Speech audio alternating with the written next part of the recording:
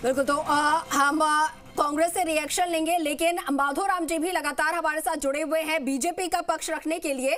उनका भी हम पक्ष जान लेते हैं। माधोराम जी, हम बात यहां पर कर रहे थे हरियाणा में, तो फिर आपकी जो फिर है चांदी देखने को मिल रही है, फिर से आपकी चांदी हो रही है। लेकिन जम्मू कश्मीर, जिसको लेकर बहुत ज्यादा ही उम्मीदें थी, जब से 370 हटा बहुत ज्यादा उम्मीद थी। जिस तरीके से विकास वहां पर हुआ, कई तरीके के बड़े बड़े G20 का वहां पर आयोजन किया गया, तो बहुत ज्यादा उम्मीदें थी। लेकिन क्यों ऐसा हो रहा है कि रिजल्ट में वो अच्छी तस्वीर, वो अच्छे वादे, वो अच्छी उम्मीदें नहीं नजर आ रही हैं? क्या कारण हो सकते हैं आखिर?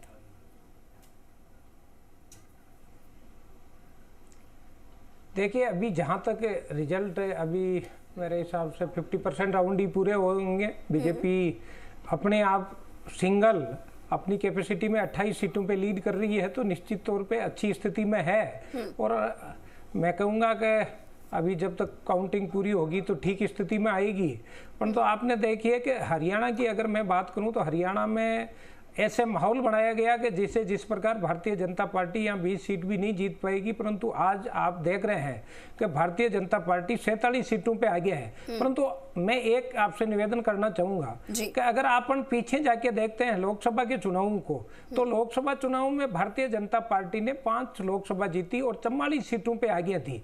तो आप किस आधार पे माहौल बनाया जा रहा था कि भारतीय जनता पार्टी नहीं आ रहे? हम कह रहे थे कि भाई 44 सीटों पे तो हम ऑलरेडी लीड कर रहे हैं, और जिन्होंने हमारे को विदिन 3 महीने पहले ही भारतीय जनता पार्टी को लोगों ने वोट दिया है। तो आप कांग्रेस वाले जिस प्रकार का भ्रम फैला रहे थे कि आपका विरोध कर रहे हैं, आपके वोट नहीं है, तो वोट कहने का मतलब अगर वोट नहीं होते तो फिर एमपी चुनाव में हमारे वोट कैसे आते?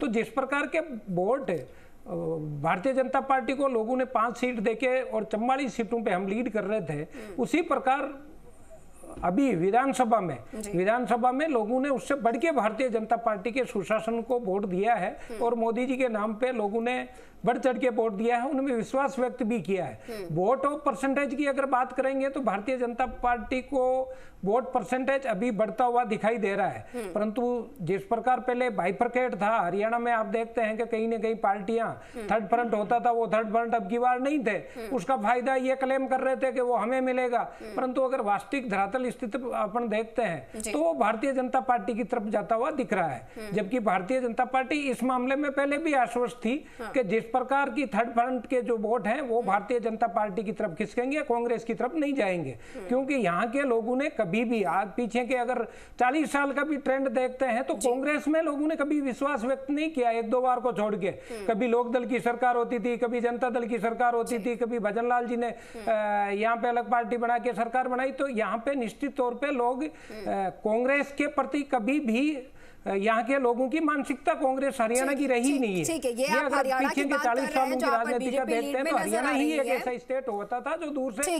ठीक है, लेकिन मैं जम्मू कश्मीर पर राजेंद्र जी का रिएक्शन जरूर लेना चाहूंगी। राजेंद्र जी, अगर जम्मू कश्मीर के संदर्भ में बात करें तो सचमुच ये नजर आ रहा था, क्योंकि जम्मू कश्मीर की जो जनता थी उनसे भी जब भी रूबरू हुए मीडिया कर्मी, तब यही कहा जा रहा था कि बहुत ज्यादा विकास हुआ है, बहुत तस्वीर बदल रही है, पत्थरबाजियां बंद हो चुकी हैं, इंटरनेट वहां पर बहुत तेजी से है, जो टूरिज्म है वो बहुत ज्यादा वहां पर बढ़ रहा है, दिन वहां के बदल रहे हैं। लेकिन अभी रुझान देखें तो वैसे बीजेपी के पक्ष में नजर नहीं आ रही जितनी उम्मीद थी।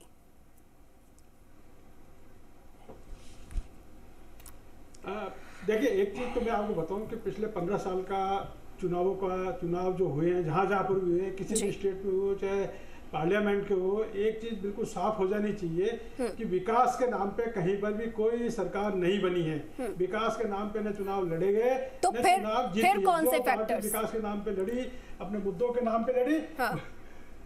एक्चुअल में लोकल जो फैक्टर होते हैं, स्थानीय फैक्टर होते हैं, वही काम करते हैं। और देखिए, नेशनल कॉन्फ्रेंस और कांग्रेस के बीच में जो एकजुटता हुई, जो दोनों मिलकर के जो चुनाव लड़े हैं, उसका परिणाम हमको यहाँ परिलक्षित होता दिख रहा है। और उसी वजह से जितने भी एग्जिट पोल थे, करीब करीब ये बता रहे थे कि नेशनल कॉन्फ्रेंस और कांग्रेस मिलकर के सरकार बना लेगी। हालांकि ये जरूर कहा जा रहा था कि पीडीपी जो है वो शायद किंग मेकर के रूप में आए, पर वो अब स्थिति साफ वो नजर नहीं आ रही है। तो वो तो एक अलग चीज हो गई। बाकी देखिए, विकास के नाम पे यदि हम कहें तो विकास के नाम वाली वो स्थिति नहीं रही है। हाँ, उसका ये जरूर हमको स्पष्ट इस चुनाव नतीजे से पता नहीं तो स्थानीय मुद्दों की भी अगर राजेंद्र जी बात करें तो आपको क्या समझ में आ रहा है? जम्मू कश्मीर में ऐसे कौन से स्थानीय मुद्दे जिनको बीजेपी टच नहीं कर पाई, वहां के लोगों को वो टच नहीं कर पाई? क्योंकि बीजेपी तो इन मामलों में बहुत अच्छी है। देखिए, एक बात मैं आपको कहूँ जो कहनी नहीं चाहिए मेरे को, पर देखिए कहीं न कहीं आज भी हमारे यहाँ जो वोट कास्ट होते हैं उसके अंदर हम धर्म, जाति और संप्रदाय को अलग करके नहीं चल सकते। और कहीं न कहीं वो जब भी पोलिंग होता है तो उसके अंदर रिफ्लेक्ट होता है। अब आप हमको देख के चलना पड़ेगा कि वहाँ पर किस धर्म का या किस जाति का या किसका ज़्यादा बहुमत है, उसके वोटों का उसका असर पड़ना स्वाभाविक है। हालांकि लोकतंत्र में बात करना अपने आप में बेईमानी है, लोकतंत्र का मजाक है, पर जो कुछ धरातल पे उतरता है, जो कुछ सामने आता है, वो बिल्कुल यही है। जी बिल्कुल सच्चाई है। ठीक है। माधुराम जी लगातार हमारे साथ बने हुए हैं, उनसे हमने जानने की कोशिश भी की, लेकिन उनका ये कहना है कि अभी 50-50 आशीष चल रहा है, अभी और राउंड बाकी है, आधे राउंड। लेकिन फिर भी आधे राउंड में भी वो जो उम्मीद थी वहां तक भी अपने लक्ष्य को वो प्राप्त करते हुए नजर नहीं आ रहे हैं। माधुराम जी। जी माधुराम जी, मैं आपको जम्मू कश्मीर के बारे में पहली बार भारतीय जनता पार्टी पूरी सीटों पे चुनाव लड़ रही है। कांग्रेस अलायंस के साथ चुनाव लड़ रही है। कांग्रेस की स्थिति तो ये है कि वो अपने आप इंडिपेंडेंट तो 31 सीटों पे ही चुनाव लड़ रही है। तो 90 में से तो कांग्रेस की अगर पर्टिकुलर उसकी बात करें तो कांग्रेस कोई अच्छी स्थिति में वहां नहीं है। ये जरूर है कि अलायंस के साथ में चुनाव लड़ रहे हैं, वो वहां पे लीड कर रहे हैं, परंतु भारतीय जनता पार्टी तो अगर देखा जाए तो सबसे बड़ी पार्टी के रूप में वहां अभी भी लीड कर रही है।